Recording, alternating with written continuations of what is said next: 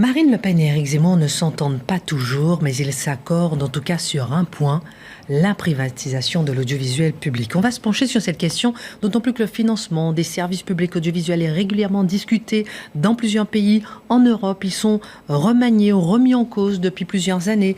L'audiovisuel public est souvent considéré et présenté sur la scène européenne, l'audiovisuel public français, comme étant obèse. Pour information, on va regarder un qui bénéficie de la redevance en France. France 2, France 3, France 4, France Info, les 24 antennes régionales, 9 chaînes et radios d'outre-mer, Arte, TV5 Monde, France 24. On comprend que ça soit difficile à manier quand même et à remanier.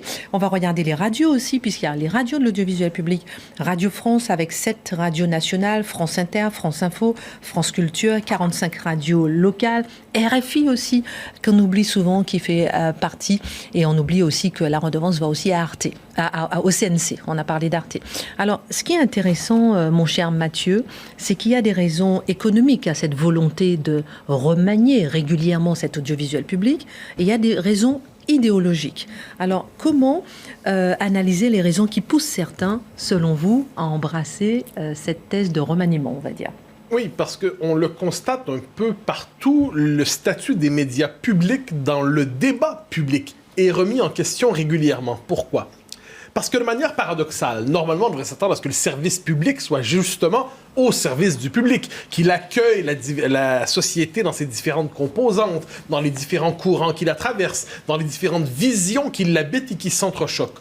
Or, ce que l'on constate un peu partout, hélas, c'est que dans les faits, l'audiovisuel public a tendance à créer une espèce de pôle idéologique dominant, financé par l'ensemble des contribuables, mais au service, globalement, d'une idéologie, qu'on dira de manière un peu simple progressiste ou néo-progressiste, on pourrait dire de manière polémique, politiquement correcte, mais globalement, il y a cette observation souvent faite par toute une série d'indices. On comprend que ils ne portent pas l'étendard, le fanion sur le mode « oui, nous sommes des militants », mais on le voit dans les concepts utilisés, la manière de décrire les événements, la petite musique qui accompagne. Combien de fois on a eu l'impression, je crois que ça nous est tous arrivé, on regarde un documentaire, on regarde une émission politique, on regarde une émission de débat, et au bout de quelques secondes, on se dit « mais est-ce qu'ils se voient aller ?»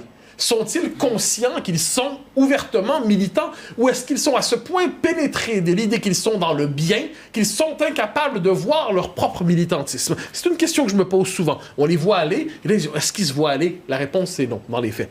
Mais ce qui est assez fascinant à travers ça, c'est qu'on est donc devant, au-delà des préférences morales des uns et des autres, qu'on soit de gauche ou de droite, on est avec une infrastructure de communication, une infrastructure qui forge le savoir public, qui forge les connaissances publiquement disponibles et qui est idéologiquement orientée non seulement au service d'une partie de la société, mais contre une autre bonne partie de la société qui mène des campagnes de répétition sous le signe de la sensibilisation, de la rééducation, où on dénonce toujours tout un segment de l'électorat en l'extrême droitisant, le fascisant, le nazifiant, en l'assimilant au populisme, en le présentant comme absolument infréquentable, et ainsi de suite. Donc, on a cette espèce de problème de fond, un service public qui est idéologiquement marqué, appelons ça avec la psychologie France Inter, l'idéologie France Inter. Mais ce n'est pas qu'un phénomène français, il faut bien le dire. Si on regarde la Grande-Bretagne, débat tout récent, la question du Brexit. Eh bien, le Brexit était à ce point une idée toxique pour les gens de la BBC qu'il y avait une forme de militantisme invisible, inconscient, mais pourtant partout présent. Le Brexit était présenté comme une catastrophe, véritablement. C'était l'inimaginable. Et lorsque le Brexit a frappé, je le crois l'avoir déjà évoqué ici, mais je le redis parce que ça me fait plaisir, j'ouvre chez moi l'équivalent de la télévision qui permet de regarder la soirée du Brexit. Et là, je vois, avant même d'avoir un début de résultat, je vois la gueule des présentateurs complètement décomposée. Là, je me dis, on vient de gagner. Parce que j'étais plutôt favorable au Brexit. Alors, je vois ça, et là, il ne se cachait même plus pour se poser sous le mode de la déploration. Autre exemple. Et assis sur l'audiovisuel public. Mais bien sûr, c'est ça l'enjeu. C'est parce que la presse privée a une orientation idéologique. Pour moi, il n'y a pas de problème de principe. Mais que la presse publique décide de le faire, c'est que là, on finance tous quand même les enfants. Alors, au Canada, Radio-Canada, qui fait une promotion à peu près ouverte du multiculturalisme. Et ça, c'est très ouvert. Ça fait presque partie de sa fonction. Plus encore, qui a reçu à plusieurs reprises des réprobations pour son traitement de la question israélienne. Sur le mode, vous êtes tellement orienté contre Israël que vous devriez peut-être éviter d'en parler. C'était dit comme tel dans un rapport, si vous n'êtes pas capable d'en parler de manière un peu équilibrée. C'est assez intéressant. Alors, Alors, ce problème, il est partout présent. J'ajouterai un élément qui me semble essentiel, c'est qu'en dernière instance, il corrompt notre rapport à la démocratie. Parce que si, finalement, l'État, à travers l'audiovisuel public, finance, soutient une idéologie plutôt qu'une autre, c'est que ça vient briser le pacte démocratique qui consiste à dire que tous les citoyens et leurs préférences sont libres de s'exprimer et de ne pas avoir financé, à même leur fonds public, un discours qui les combat. Alors, mais les médias ne sont-ils pas un contre-pouvoir essentiel, fondamentalement? Oui, c'est ce qu'on disait. Le problème est le suivant, c'est que le quatrième pouvoir est devenu le premier pouvoir. Ça, je crois que c'est le fait central des sociétés contemporaines. Les médias ont ce pouvoir immense de définir ce qui existe et ce qui n'existe pas. Ils construisent le récit médiatique dominant. Ils décident, à travers les catégories qu'ils utilisent, quels sont les vrais sujets et les faux sujets. Donc, qu'est-ce qui est un vrai sujet qui mérite que tous on en parle? Qu'est-ce qui est un fait divers et on n'en parlera même pas? Qu'est-ce qui mérite qu'on se scandalise? Quel est l'événement du jour qui mérite que chacun sente le besoin de témoigner de son indignation devant le scandale du jour? Et qu'est-ce qui, autrement, est considéré comme digne des plus grandes louanges? Et ça, on le voit très souvent. C'est-à-dire, qui doit-on admirer? Qui doit-on maudire? Qui doit-on chanter? Qui doit-on vomir? Ça, on le comprend assez rapidement. J'ajouterais, toujours de la part des médias, la construction d'un récit, lorsqu'ils décident de faire une campagne d'acharnement contre un candidat ou un autre, un intellectuel ou un autre, la capacité, en fait, d'imposer un récit. C'est la maîtrise du récit, fondamentalement.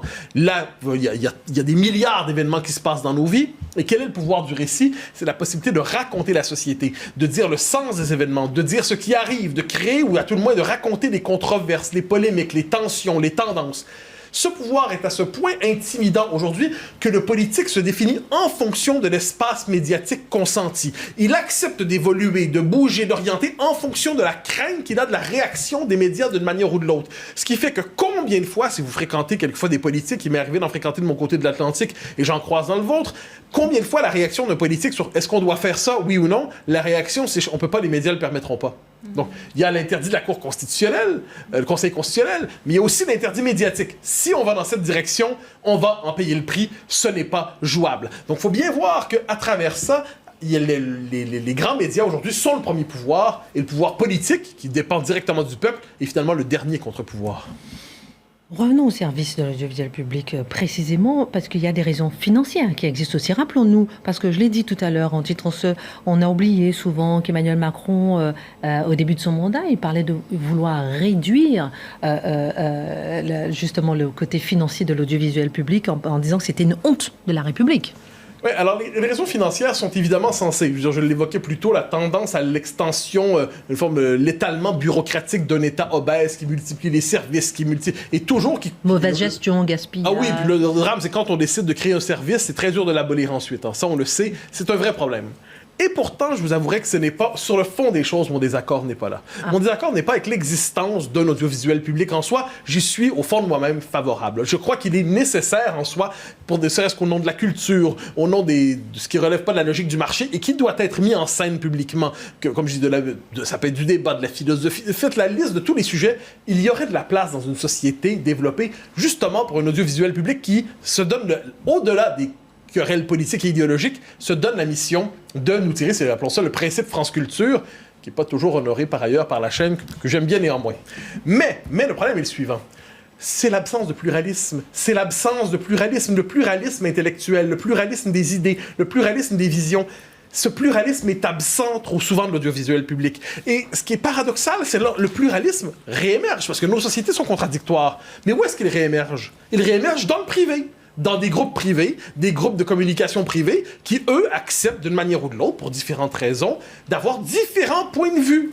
Autrement dit, ils mettent en scène le débat qui est souvent interdit, parce que dans l'audiovisuel public, on traite ça sur le mode de la pédagogie, autrement dit de la rééducation. Mais qu'est-ce qui est intéressant à travers tout ça?